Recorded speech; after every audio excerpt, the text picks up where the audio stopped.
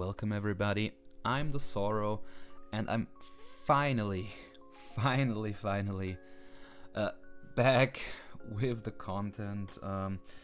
Really sorry that it just kind of vanished without a word. But yeah, life really caught up to me and basically prevented me from keep posting because with work, IRL stuff, etc. It just didn't work out to keep the content going, which is a bit unfortunate. However, we're back now, and as you may or may not have already seen, we're back in SPDA Luxuryball for the second season straight. Really happy to be back. So yeah, shout out to Kaz, of course, for having me again. And I can't wait to show y'all what I've been cooking up this season. Just to go over what we are about to go through a little bit is here. So basically, every one of us were given 125 points to draft, I think 10 to 12. To draft 10 to 12 Pokemon. I went with my 11, as I pretty much always do. If I get the chance to get 11, I will get 11. Because it mostly gives my opponent a bit more to think about, right? So that's really good. Elsewise, only lower tier Pokemon may terrestrialize, which is actually not true. There's some high tier ones that may, but that has a price for the most part. I think it starts from like 12 points and under, where Pokemon may or may not be allowed to terrestrialize. Some still are not allowed to terra. But then it's just like with a Terra tax rule, right? So if a Mon, for example, costs 11 points, but for example Clodsire would cost 12 if you want it as a Terra captain. And this also goes against your total budget. Also, you may get up to 3 Terra captains that may total up to 20 points. So basically, with their Terra tax applied, for example, what I did was I think my Terra captains cost like 8, and like 2, I think. So I'm at 16 points for Terra. And that's just basically how we are going about it. Or it's like 8, 7 and something, I don't even know anymore. I'm gonna go through as we speak. I'm gonna go through team. Not in the order I drafted them, but basically but by point value, right? So I actually got second pick in this draft, which is really cool. SPDA always has like a smash tournament where you just get drafted a random character, and then these characters are basically made to battle it out with AI. And the character, I forgot which one was chosen for me, but the character I got actually second, I think. So I got to choose, and then basically you choose your draft slot, and I chose draft slot number 2 because I kind of didn't want to make a decision on my first Pokemon I wanted. Basically saying that I had 2 Pokemon in mind. One I didn't, and I didn't want to decide between those 2, and was just hoping the first person would just take one of those and take this decision away from me. That's not what happened, I can say as much. Without any further ado, let's get right into my draft picks. Right, for my first pick, because I'm always just very comfortable with using this Mon, and it's really easy to use. We got Dragapult, right? Dragapult is one of my all-time favorite draft league Pokemon because it's just so good. It can do so much. Can run setup, it can run choice items, like everyone at that as well. Even Scarfpult arguably has some use because a lot of times people will bring Scarfers to outspeed you, and with Scarf you suddenly outspeed them, and Draco Meteor from this thing is still stupid strong, which is why it's here. Also, like the odd substitute plus Thunderwave Hex or Sub Willow Hex set could be really funny with this. Also the odd Infestation Curse set I've seen people run, so always can Dragon Dance, of course. So yeah, this Pokemon will be a terror for my opposition to deal with. I'm really happy I got to draft that. Again, I had it in what was the name, in the Naranja division I was in as well. So, and it's just worth its price. 21 points is expensive, yes, but it's worth it. It's really, really worth it in my opinion. Coming up next, for our second pick, we've got Gliscor. And Gliscor is here for a multitude of reasons. First thing, it's a great pivot to have. Like, gets U-turn, which is always nice. Like, Gliscor is one of the ones that like can just take a hit, U-turn out, come back in, and with the poison heal, just get a lot of HP back every turn. Of course, it gets all hazards besides Sticky Web, which with the team I have, I don't think I really need web. So yeah, this can rock, this can spike, this can toxic spike.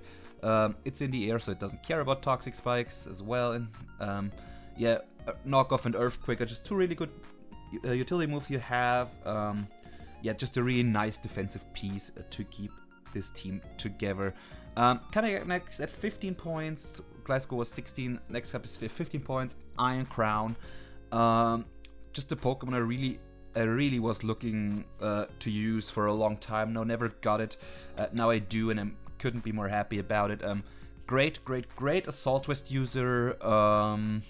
Also the feared agility, weakness policy, stored power set is there, of course, because this thing is just really, really bulky. So you will tank a hit, right? You will tank a hit, and then you will just pop off. And like with agility and the boost from weakness policy, stored power just destroys. Again, as I already said, great Assault Vest user.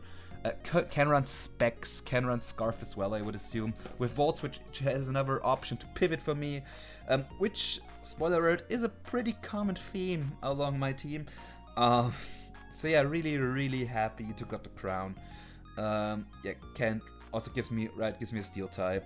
Like, I have my dragon, I have my steel already, which is good. So yeah, moving on. At 14 points, we've got coming in Volcarona. Actually, Volcarona was a pretty late pickup for me in the draft, because yeah, I just had a lot of points left over and was looking at, and she still needed a fire type, and when I saw Volcarona was still there, yeah, I just had to take it. Like, base 100 is also a pretty decent speed tier. Like, I think Crown's at 98, right? So that's a bit redundant, you could argue, but it bridges to another draft pick of mine, which we will see later, pretty well, so that's good for sure. Yeah, Flame Body, phenomenal ability. The threat of Volcarona in the right circumstance, just Quiver Dancing up on you, and then just running you over with Fiery Dance, Bug Burst, Psychic, Energy Ball, Giga Drainer, whatever coverage you want to run on this, right? Is just great. Also, you can also run like bulky Will-O-Wisp sets with Volcarona, which I've seen people do, because like it's a pretty good fighting resist. Of course, if they predict you in Stone Edge, it could be bad. But again, if you catch like physical attacks, also even like just like U-turns from physical Pokemon, punish them with Flame Body. You have Morning Sun for recovery as well. So yeah, like if I can get one Volcarona sweep this season, I'm happy. If not, then I just get a lot of mileage out of this Pokemon by just having it come in, flame, burn stuff, get out again, fine with me. It also could theoretically run U-turn, which is important, so can pivot as well if I really wanted to. Most of the time it obviously won't, but it could, which is something I always appreciate in my Pokemon. Yeah, our fifth Mon, actually my second pick of the draft, and here I made a bit of a blunder. Because up to this point, I didn't realize that our number one pick was going mono ground. Because, again, they had only made one pick so far, and so I figured it doesn't matter if I pick T-Tar first and pick Excadrill after the wheel. Yeah, and then it happened that right after the wheel, they saw me pick T-Tar, and they obviously they would take Excadrill immediately. So yeah, that's a big blunder in the draft by me, because it's also the reason I got Iron Crown, because I needed another Steel type, right? But I'm still not happy about losing Excadrill, of course. Yeah, but anyways, we got Tyranitar. I'm a firm Tyranitar enjoyer. Such a great Pokemon. It has knockoff now. It has a variety of coverage moves. can even run special move because its special attack is, I think, like base 95, which is not bad at all, right? It gets Stealth Rock, it gets Thunder Wave to slow stuff down, and also it sets up Sand, which will get a lot of chip on my opponent's team. And as you can see, like, my Gliscor and my Crown really do not care about this at all. Of course, Polt and Volcarona don't like that kind of chip, but still they're really... But it's not the end of the world for them either, right? So yeah, Tyranitar I don't think needs much of an introduction. I think most people know what this Pokemon does and what it does pretty well. Yeah, just bulky, strong Pokemon for me to hopefully get a lot of mileage out of. Our 6th pick at 12 points, we've got Vaporeon. Vaporeon is my bulky water plus Wish Passer. Yeah, it gets Flip Turn, which again, pivoting, right? We love pivoting in this economy here. Yeah, to just pivot around, like Wish, Scald, Flip Turn, Protect, Wish, Scald, Flip Turn, Roar. Are pretty common Vaporeon sets, and that's probably what I run for the most part. Of course, there are some more niche sets you can run, like I think it gets Calm Mind this generation, which is good.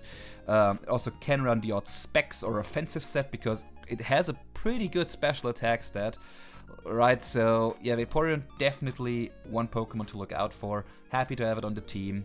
Yeah, and with the next pick, I still needed a fairy, right? So I went and grabbed Phazantippity. Phazantippity is one of the noble free, really bulky fairy and poison type, which is a really cool typing in my opinion.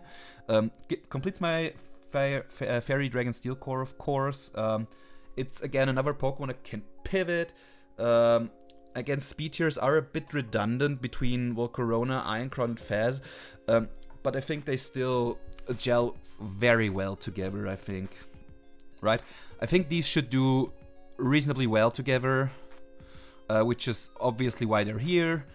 And yeah, and again, Toxic Chain is such a cool ability. Like you can run something like Beat Up to basically guarantee the Toxic Chain activation.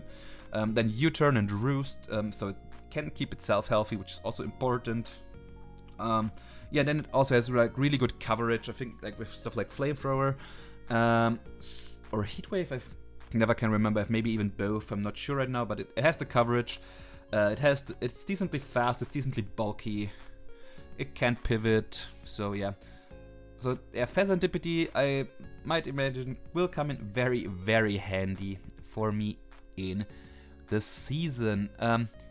Coming up next, at 8 points, first Terra Captain to the team, it's our Bolivar.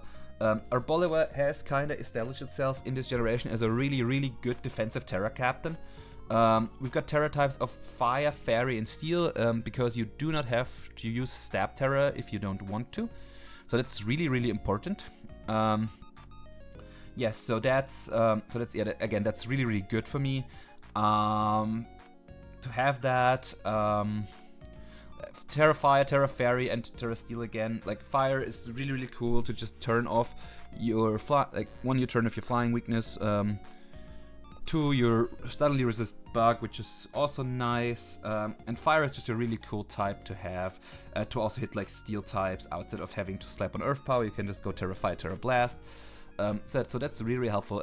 Obviously, Terra Fairy is here to resist fighting moves directed at our Bolivar with its normal typing, right? And also, let's flip that matchup a bit on its ground. Fairy type is just really good defensively as well.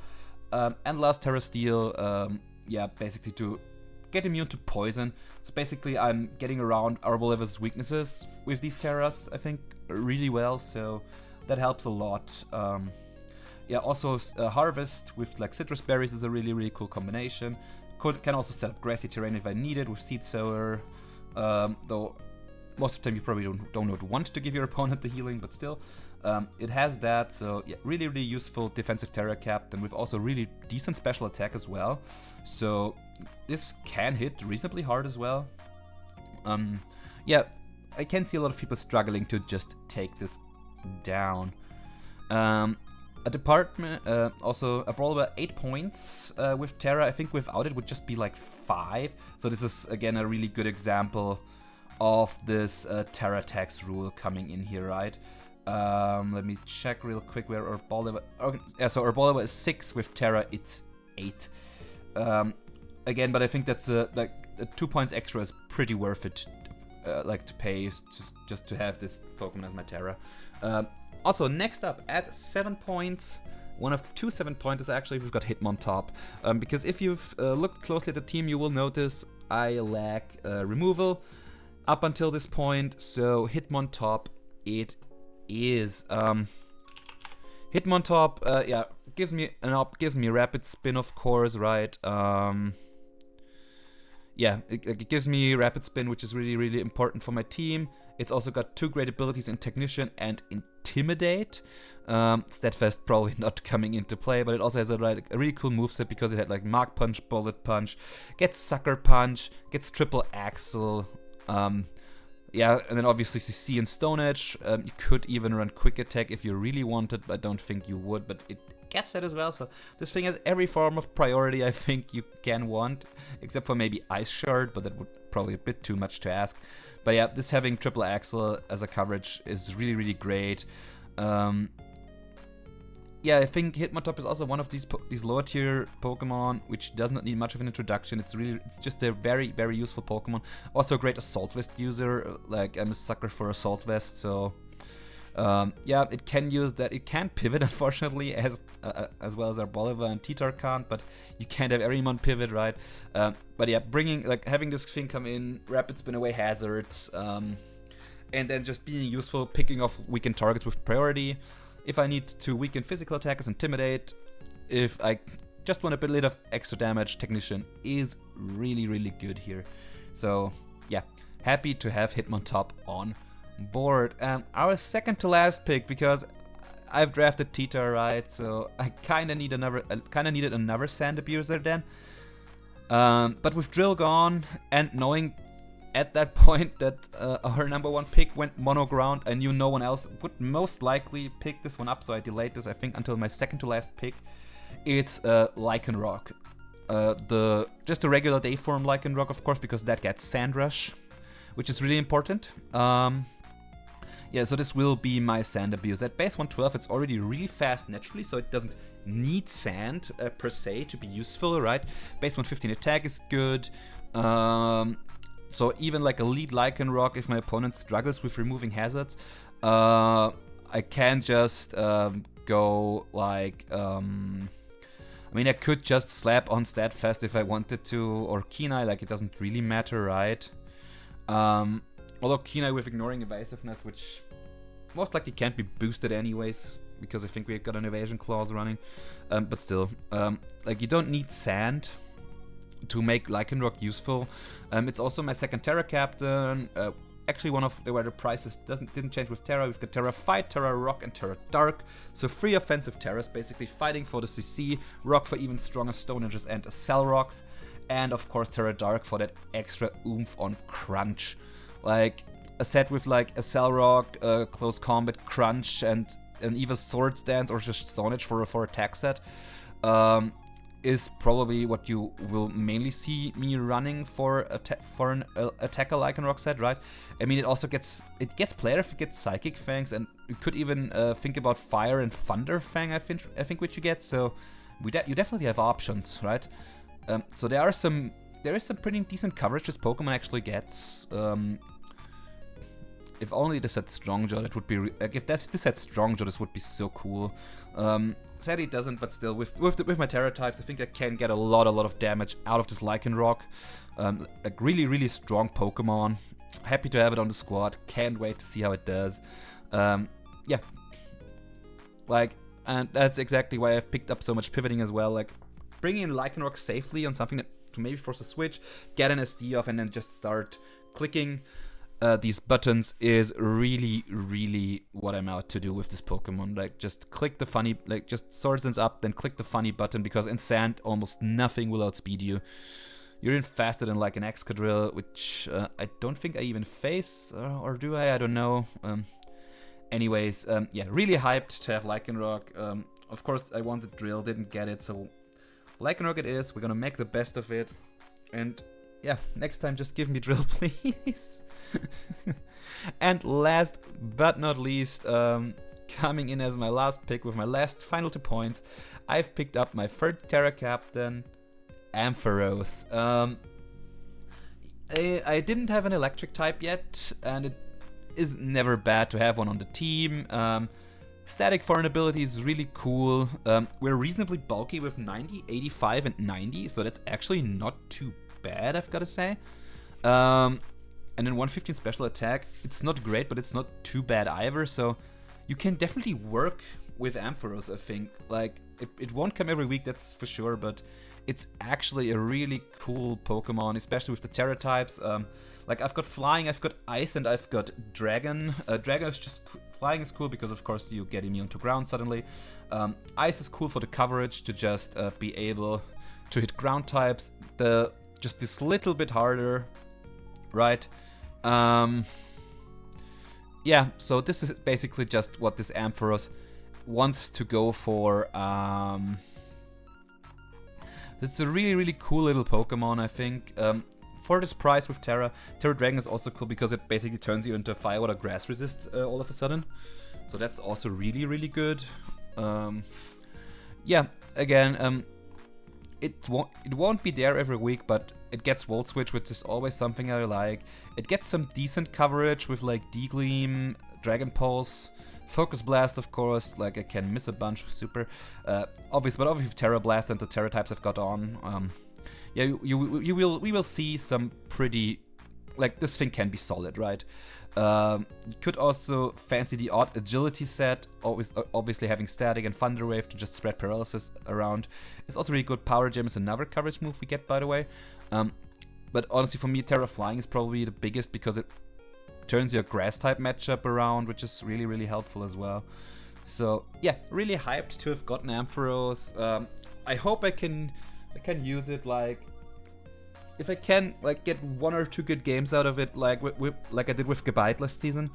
That would be really, really cool. I hope I can do that. So yeah, we're really hyped to having gotten that. Yeah, and this shall conclude our team for SPDA Season 2. Really, really intrigued to see how far I can take this. Last season we obviously made playoffs, but then lost in the initial playoff round. So basically the goal would be to take this one step further this time maybe, and just see where we can go. The season also might go poorly because with most of these Pokemon I have little to no experience. Like Gliscor, Ironcrown, Volk are completely new to me, as is Phasantipity, Lycanroc, and Ampharos. So yeah, but I've also got like these pieces with Pult and Tyranta, which I'm really, really comfortable with anyways. So yeah, really intrigued to see how the season goes. Week 1 we're facing off against Pokemaster. 88 I think was the number. Hope I didn't got it wrong. Team Builder, and the Team Builder will come up like as always at the beginning of the battle. Yeah, expect uploads of the battles, I think every Sunday, like around noon EST or 6 PM CET, which is my time zone, of course. So yeah, again, expect battles to upload on Sunday. And then now I only can say thank you all very, very much for watching. I hope you tag along for the season. I can't wait. And yeah, I'm hyped. See you all in week 1 battle. And until then, guys, have a good one.